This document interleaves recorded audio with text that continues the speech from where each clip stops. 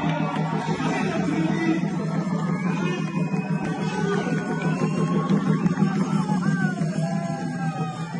need to keynote to say anything. They will speak. They are very happy to see an Indian Malayali crowd here. So that is the reason I'm here from here. Just a second.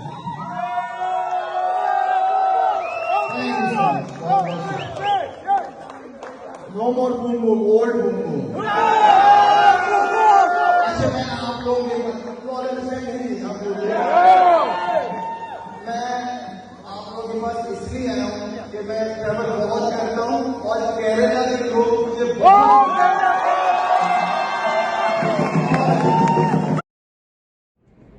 ദുബായിലെ പാകിസ്ഥാനി ക്ലബ്ബിൽ ഷാഹിദ് അഫ്രീദി വന്നു മലയാളി സംഘടനയെ address ചെയ്തു എന്നുള്ള ഒരു news ഇപ്പോൾ വളരെ വൈറലായിട്ട് പൊയ്ക്കൊണ്ടിരിക്കുന്നു ആണ്.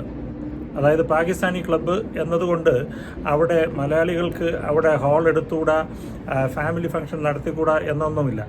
അങ്ങനെ കുസാറ്റ് അലുമിനൈ ബിടെക് അസോസിയേഷൻ ക്യൂബ അവരുടെ ഫാമിലി ആനുവൽ ഫെസ്റ്റ് അവിടെ വെച്ച് നടത്തിക്കൊണ്ടിരുന്ന സമയത്താണ് പാകിസ്ഥാനി ക്ലബ്ബിൽ അഫ്കോഴ്സ് ഷാഹിദ് അഫ്രീദി വന്നു കയറുന്നത്. പാകിസ്ഥാനി ക്ലബ്ബിൽ പാകിസ്ഥാനികൾക്ക് വന്നു കയറാം.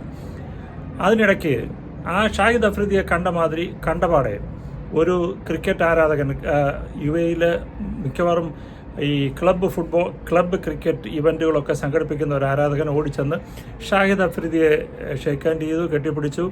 അപ്പോൾ കുശലം പറയുന്നതിനിടയ്ക്ക് അഫ്രീദി അദ്ദേഹത്തിനോട് ചോദിച്ചു, നിങ്ങളെന്താ ഇവിടെ? അങ്ങനെയാണ് ഈ ഇവൻറ്റിൻ്റെ കാര്യങ്ങൾ പുറത്തു വരുന്നത്. അപ്പോൾ ചെണ്ടമേളം നടക്കുകയാണ്. ആ ചെണ്ടമേളം കാണാൻ ഷാഹിദ് അഫ്രീദി ആഗ്രഹം പ്രകടിപ്പിച്ചു. അദ്ദേഹം സ്റ്റേജിലേക്ക് കൊണ്ടുവന്നു, കയറി. ഇതിനകത്ത് രാജ്യദ്രോഹപരമായ ഒരു കാര്യവുമില്ല. അത് കുത്തിപ്പൊക്കി അവിടുത്തെ മലയാളികൾക്ക് ബുദ്ധിമുട്ടുണ്ടാക്കരുത്. വെറുതെ കേരളത്തിലെ മാധ്യമങ്ങൾ, കൂതറ മാധ്യമങ്ങൾ എന്ന് ഞാൻ പറയുന്നില്ല, ചില മാധ്യമങ്ങളെങ്കിലും ആ രീതിയിൽ പ്രവർത്തിക്കുന്നുണ്ട്.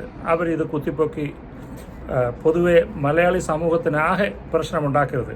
കാരണം മിഡിൽ ഈസ്റ്റ് എന്ന് പറയുന്നതാണ് നമ്മുടെ നാട്ടിൻ്റെ റവന്യൂ സോഴ്സ്. മിഡിൽ ഈസ്റ്റിൽ ഇത്തരം മലയാളി സംഘടനകൾക്ക് മലയാളികൾക്ക് പ്രശ്നങ്ങളുണ്ടായാൽ നാട്ടിലേക്കുള്ള പണവരവ് കുറയും. കാരണം കേരളം പിടിച്ചു നിൽക്കുന്നത് മിഡിൽ ഈസ്റ്റിലാണെന്നുള്ള കാര്യം ഈ കേരളത്തിലെ മാധ്യമങ്ങൾ കൃത്യമായിട്ട് മനസ്സിലാക്കണം. കേരളത്തിൽ ഓരോ വീടും വയ്ക്കുന്നുണ്ടെങ്കിൽ, ഓരോ പൈസ ചിലവാക്കുന്നുണ്ട്, അതിൻ്റെയൊക്കെ പിന്നിൽ മിഡിൽ ഈസ്റ്റിൻ്റെ കാശുണ്ട്.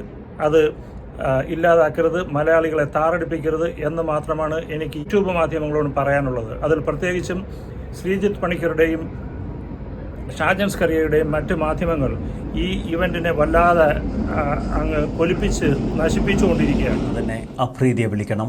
പഹൽഗാം ഭീകരാക്രമണത്തിന് പിന്നാലെ ആരാണ് എന്ന് പറഞ്ഞാൽ ഷാഹിദ് അഫ്രീദിയാണ് അതിലൊരാൾ എന്ന് പറഞ്ഞാൽ അദ്ദേഹത്തിന്റെ രാഷ്ട്രീയമായിട്ടുള്ള പ്രസ്താവനകൾ ഓപ്പറേഷൻ സിന്ദൂർ പരാജയമായിരുന്നു എന്ന് സ്ഥാപിക്കുന്നതിന് വേണ്ടിയിട്ടുള്ള അദ്ദേഹത്തിന്റെ ശ്രമങ്ങൾ കാലത്തെ ഏറ്റവും ഇഷ്ടപ്പെട്ട കായിക താരങ്ങളിൽ ഒരാളായിരുന്നു. അന്ന് നടന്ന ഇവന്റിന്റെ ഷെഡ്യൂൾ ഞാനിവിടെ ഇട്ടിട്ടുണ്ട്. ആ ഷെഡ്യൂളിൽ ഷാഹിദ് അഫ്രീദി ഒരു ഗസ്റ്റേ അല്ല.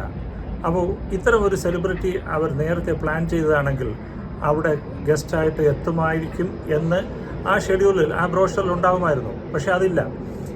ഇത് ഈ മാധ്യമങ്ങൾ കുത്തിപ്പോക്കുന്ന പോലെ ഒരു രാജ്യദ്രോഹ പ്രശ്നമായിട്ട് മാറിയാൽ ഇതവിടെയുള്ള എല്ലാ മലയാളികളെയും ബാധിക്കും. മിഡിൽ ഈസ്റ്റ് മൊത്തമുള്ള മലയാളികൾക്ക് ഇതൊരു ബുദ്ധിമുട്ടാകും. കാരണം മിഡിൽ ഈസ്റ്റിൽ മലയാളിയും പാകിസ്ഥാനിയും എമിറാറ്റിയും സിറിയനും ആഫ്രിക്കനും ഈജിപ്ഷ്യനും എല്ലാം സഹോദരങ്ങളെപ്പോലെ ആണ് താമസിക്കുന്നത്. അവിടെ ആ രാജ്യത്തിൻ്റെ നിയമങ്ങൾ പാലിച്ചാണ് എല്ലാവരും മുന്നോട്ട് പോകുന്നത്.